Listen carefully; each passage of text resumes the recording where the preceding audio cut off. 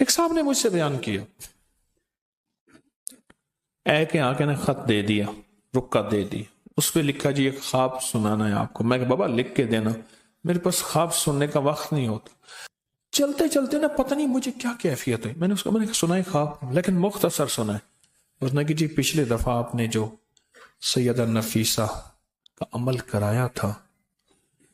وہ عمل میری بیوی کو آپ خواب میں آئی اور فرمانے لگے جو پچھلے دفعہ کا عمل ہوا تھا اور لوگوں نے جو خرچ کیا تھا وہ سب مجھ تک پہنچا،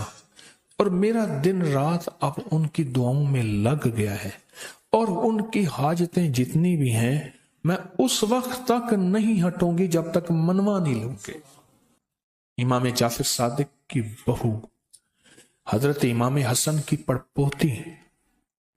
مصر میں قاہرہ میں ان کے مزار پہ میں گیا اور مجھے بھی علم نہیں تھا۔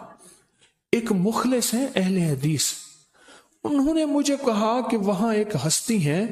اور اہل حدیثوں کے ایک بہت بڑے عالم ہیں نواب صدیق حسن خان بھوپالی رحمت اللہ علیہ، انہوں نے اپنی کتاب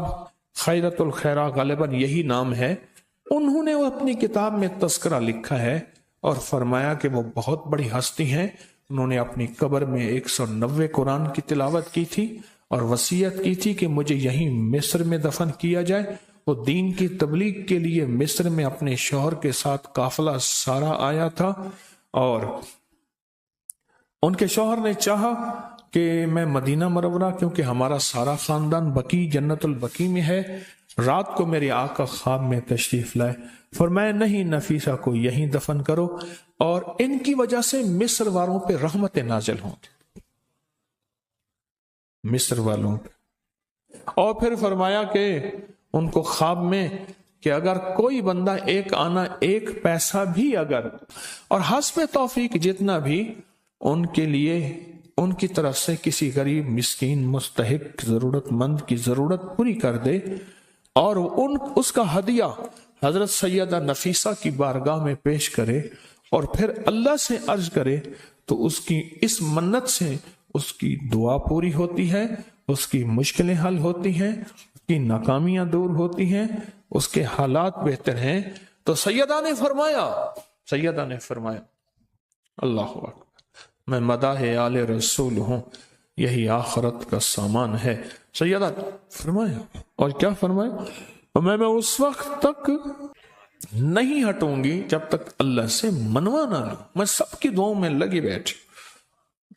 مجھ تک ہدیے پہنچے ہیں سب کے، اور یہ حدیث صرف آپ نے نہیں پہنچائے، اس وقت آن لائن پوری دنیا سن رہی ہوتی ہے، اور پھر بہت سے لوگ بعد میں درس سنتے ہیں، کہیں رات، کہیں صبح، کہیں دوپہر، کہیں شام، بہت سے لوگ بعد میں سنتے ہیں، دنیا سن رہی ہوتی ہے۔ چن چن کے تحفے لاتا ہوں، کوشش کرتا ہوں انسانیت کو نفع ہو، انسانیت کو خیر ہو۔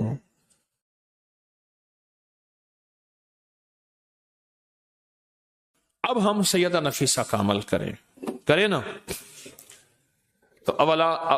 پہلے 11 بار کلمہ، پھر 11 بار درود پاک، اور درود کون سا؟ اللہم صلی علی محمد و آل محمد، اللہم صلی علی محمد و آل محمد۔ اور کسی کو اس درود پہ شک ہے تو آپ التحیات میں درود ابراہیمی، ہر نماز کی التحیات میں یہ درود پڑھتے ہیں، ہر نماز کی التحیات میں یہ درود پڑھتے ہیں۔ تو ایک دفعہ سورۃ فاتحہ اور 3 دفعہ قل هو اللہ ان کی بارگاہ میں ہم ہدیہ کرتے ہیں، اور پیسوں کی نیت آپ نے کر لی، پڑھیں پہلے 11 بار درود پاک، نہیں 11 بار کلمہ پہلے پڑھیں، لا الہ الا اللہ محمد الرسول اللہ۔